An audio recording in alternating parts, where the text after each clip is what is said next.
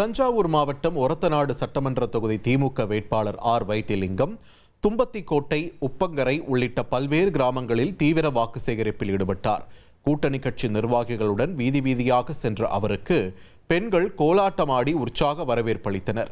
அப்போது மக்களிடையே பேசிய அவர், மக்கள் தொகை கணக்கெடுப்பு மற்றும் தொகுதி மறுவரையறை மசோதாவால் தென்னிந்தியாவிற்கு ஏற்படும் பாதிப்புகளை முதல்வர் ஸ்டாலின் கடுமையாக எதிர்த்து வருகிறார் என்று தெரிவித்தார். டெல்லிக்கு என்றைக்கும் தலைகுனியாத தமிழ்நாடு என்பதை நிரூபிக்க உதயசூரியன் சின்னத்தில் வாக்களித்து மீண்டும் மு.க. ஸ்டாலினை முதலமைச்சராக்க வேண்டும் என்றும் அவர் உருக்கமாக வேண்டுகோள் விடுத்தார்.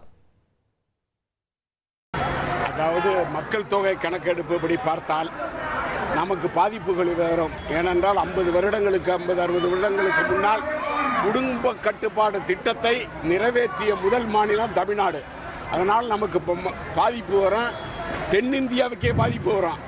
அதனால் அதை ஏற்க மறுக்கிறோம் என்று முதல்வர் சொல்லியிருக்கிறார். வெற்றி வாய்ப்பு பிரகாசமாக இருக்கிறது. இனி செல்லும் இடமெல்லாம் செய்தி. தந்தி டிவியின் வாட்ஸ்அப் சேனலை ஃபாலோ பண்ணினா செல்ல இருக்கும் இடமெல்லாம் செய்தி. இதோ QR கோட் இப்பவே ஸ்கேன் பண்ணுங்க, ஃபாலோ பண்ணுங்க.